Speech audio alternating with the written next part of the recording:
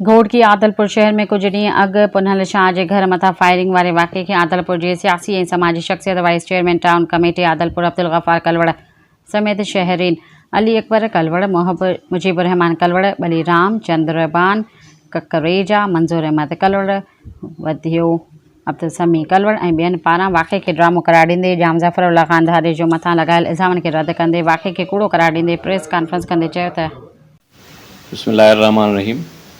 ये जेका press conference आहे इहो असां वटि शहर आदलपुर में 2-3 ॾींहं पहिरियां हिकिड़ो फायरिंग जो वाक़ियो रिपोर्ट थियो मीडिया जे थ्रू। उन में को पुनल शाह रिपोर्ट करे पियो त मूंखे मुंहिंजे घर ते फायरिंग थी आहे। पहिरियों त असां नॉर्मली जेको हूंदो आहे त अहिड़ो को वाक़ियो थियो आहे शहर में त SHO खां बि मालूमात वरिती ऐं उनखे नॉर्मल जीअं रूटीन जो थींदो आहे अहिड़े तरीक़े सां SHO खां बि पुछा कईसीं, बाक़ी बि दोस्तनि खां पुछा कई छा थियो आहे।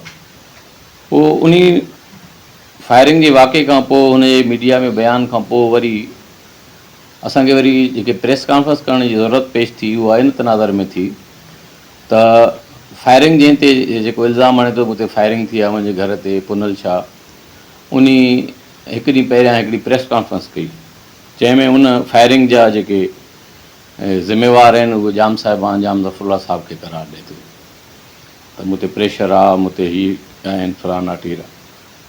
ऐं पुनल शाह जी मां हिस्ट्री ॿुधायां त ही काफ़ी अरसे खां जाम फ्लोर मिल ते आदलपुर ते मुलाज़िम हो जाम ज़फ़रुल्ला साहिब जो। पोइ 2 साल अॻु में या 1.5 साल अॻु में तारीख़ सां ख़बर न आहे कहिड़ी आहे, हिकिड़ो बैंक फ्रॉड थियो। फ्लोर मिल जा काफ़ी पैसा डिस्टर्ब थिया ॿियनि अकाउंटनि में हेॾे होॾे। उन में मेन किरदारु जेको उहो कुझु बैंक ऑफिसर जो बि हुयो, हीअं पुनल शाह जो बि हुयो। उहो केस उन ते असां घणो न ॻाल्हाईंदासीं छो त उहो FIA में ज़ेर तहक़ीक़ात बि आहे, कोर्ट में बि हले थो FIA कोर्ट सखर में। ऐं जेको इल्ज़ाम हणे थो फायरिंग जो उहो ख़ुदि उन केस में जवाबदारु आहे ऐं ज़मानत ते आज़ादु आहे। पोइ जॾहिं हुन प्रेस कॉन्फ्रेंस कई त असांखे इहा ज़रूरत पेश आई त असां बि ज़रूरु शहरी हुजण जे नाते, जाम साहिबान सां वास्तो हुजण या चूंडियल नुमाइंदनि हुजण जे नाते असां बि पंहिंजे तरफ़ खां थोरी क्लीयरेंस ॾियूं त जेका आहे इहा प्रेस कॉन्फ्रेंस हिकिड़ी ॼाणी बुझी किरदार कशी जी करण कई वई। अहिड़ी फायरिंग पूरो तारीख़ रही आहे। आदलपुर जो सभु नंढो वॾो माण्हू ॼाणे जाम साहिब वारनि जे किरदार खां वाक़ुफ़ु आहे त कॾहिं बि हुननि कंहिं सां ज़्यादती कोन कई आहे। बाक़ी हिकिड़ो माण्हू जेको आहे उहो पंहिंजे केसनि खे बचाइण जे लाइ हाणे इहा ख़बर पई आहे त सूमर जे ॾींहुं या सूमर या आङारे ते हिन जेका हेयरिंग आहे कोर्ट में जाते हिन ते चार्ज फ्रेम थियणी आहे इल्ज़ामनि जी। FIA तहक़ीक़ात करे के शायदि कोर्ट में जमा कराई आहे। हाणे उन इल्ज़ामनि खां उन कोर्ट जे हेयरिंग सां बचाइण जे लाइ मुख़्तलिफ़ क़िस्म जूं ट्रिक्स करे पियो ऐं हर जेको बार बार चए थो त नामालूम माण्हुनि ते FIR दाख़िल कयो। हिकु तरफ़ तूं नामालूम माण्हुनि ते मुतालबो करे थो, ॿिए तरफ़ तूं हिकिड़े सियासी शख़्सियतनि खे, हिकिड़े कारोबारी माण्हुनि खे, मां त चवंदुमि त इहो सियासी मसइलो ई न आहे, हिकु प्योर कारोबारी मामिलो आहे। हिकिड़े मिल ओनर सां, हिकिड़े मुअज़्ज़िज़ माण्हू सां, धंधे वारे माण्हू सां फ्रॉड कयो आहे उन मुलाज़िम बैंक वारनि, जंहिंजी तहक़ीक़ात बि हले थी, कोर्ट में केस बि हले थो। उन खां बचण जे लाइ हिकिड़ो आम माण्हू जंहिंजो थोरो घणो बि ज़माने सां वास्तो आहे उहो बि सम्झी सघे थो त हू नामालूम FIR छो दाख़िल कराइणु चाहे थो। नामालूम FIR इहा दाख़िल कराए त सुभाणे अॻिते हली पोइ जीअं मां मर्ज़ी मुताबिक़ कंहिंखे ब्लैकमेल करे कंहिंजो नालो ॾेई सघां।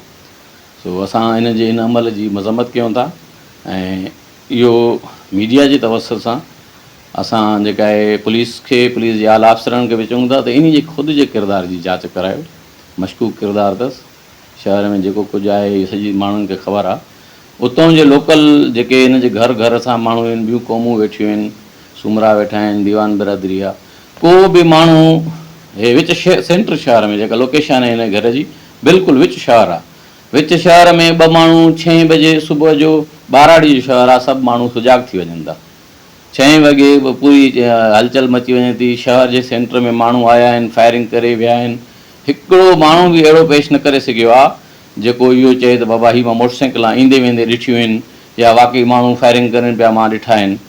मेन शहर में घरु अथसि, न ईंदे न वेंदे कंहिं ॾिठो आहे। ऐं हीअ जेका आहे चए थो इहा काॾों आया माण्हू, आसमान तां आया, ज़मीन मां आया, काॾों आया। इन शइ जी तहक़ीक़ात थिए। उन खां पोइ CCTVs लॻी पियूं आहिनि बाज़ारनि में, जिते मेन बाज़ार में हुनजो घरु आहे मुख़्तलिफ़ दुकाननि ते CCTV लॻी पियूं आहिनि, उतां जांच थिए। अहिड़ो को फायरिंग जो वाक़ियो असां सॼे जांच कई आहे, मुख़्तलिफ़ मॉलनि जे माण्हुनि सां मिलिया आहियूं, उन्हनि चवनि था त अहिड़ो को वाक़ियो कोन्ह थियो आहे। असां माण्हू ॾिठा आहिनि, फायरिंग जो आवाज़ु हिकु अधु माण्हू चयो असां ॿुधो आहे, बाक़ी असां सच उहो माण्हू ईंदे वेंदे न ॾिठा आहिनि।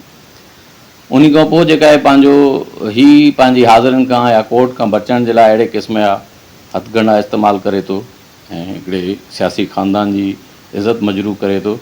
ऐं असां मीडिया खे बि चवंदासीं त उहे बिल्कुलु वञी करे हुते ऑन दी स्पॉट जांच कनि, माण्हुनि खां पुछनि।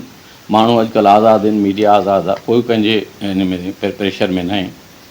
तो इहा जेका तव्हांखे तकलीफ़ ॾिनी तव्हांजी प्रेस कॉन्फ्रेंस, इहा सिर्फ़ु इन जे लाइ त हिन जूं कूड़ियूं इल्ज़ामबाज़ियूं आहिनि।